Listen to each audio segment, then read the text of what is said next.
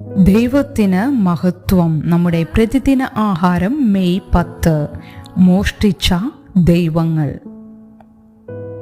നീ ദൈവത്തോടും മനുഷ്യരോടും മല്ലുപിടിച്ചു ജയിച്ചു. ഉൽപ്പത്തി പുസ്തകം 32 അധ്യായം 28 വാക്യം. മരത്തിൽ കൊത്തുപണി ചെയ്തുണ്ടാക്കിയ ഒരു വിഗ്രഹം, ഒരു ഗൃഹബിംബം യഹോവ എന്ന സ്ത്രീയിൽ നിന്ന് മോഷ്ടിക്കപ്പെട്ടു. അവൾ അത് അധികാരികളെ അറിയിച്ചു. വിഗ്രഹം കണ്ടെത്തിയ നിയമപാലകർ അത് തിരിച്ചറിയാൻ അവളെ വിളിച്ചു. ഇതാണോ നിങ്ങളുടെ ദൈവം? അവർ ചോദിച്ചു. അവൾ സങ്കടത്തോടെ പറഞ്ഞു, അല്ല, എൻ്റെ ദൈവം ഇതിനേക്കാൾ വലുതും മനോഹരവുമാണ്. കൈകൊണ്ട് നിർമ്മിച്ച ദൈവത്തിന് തങ്ങളെ സംരക്ഷിക്കാൻ കഴിയുമെന്ന് പ്രതീക്ഷിച്ച് ആളുകൾ തങ്ങളുടെ ദൈവസങ്കല്പത്തിന് രൂപം നൽകാൻ പണ്ടേ ശ്രമിച്ചിട്ടുണ്ട്.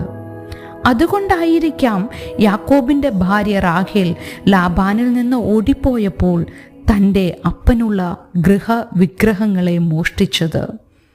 എന്നാൽ യാക്കോബിൻ്റെ പാളയത്തിൽ വിഗ്രഹങ്ങൾ മറഞ്ഞിരുന്നിട്ടും ദൈവം അവൻ്റെ മേൽ തൻ്റെ കരം വെച്ചു. പിന്നീട് അതേ യാത്രയിൽ യാക്കോബ് രാത്രി മുഴുവൻ ഒരു മനുഷ്യനുമായി മല്ലുപിടിച്ചു.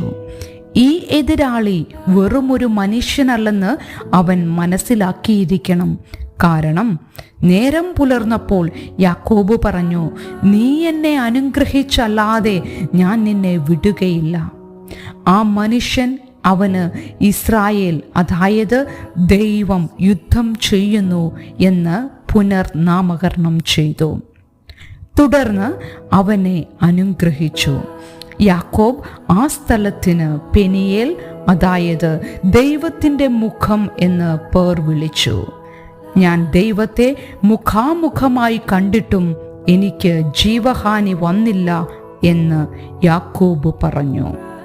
ഈ ദൈവം ഏക സത്യ ദൈവം, യഹോവയ്ക്ക് സങ്കല്പിക്കാൻ കഴിയാത്ത എന്തിനേക്കാളും അനന്തമായി വലുതും മനോഹരവുമാണ്.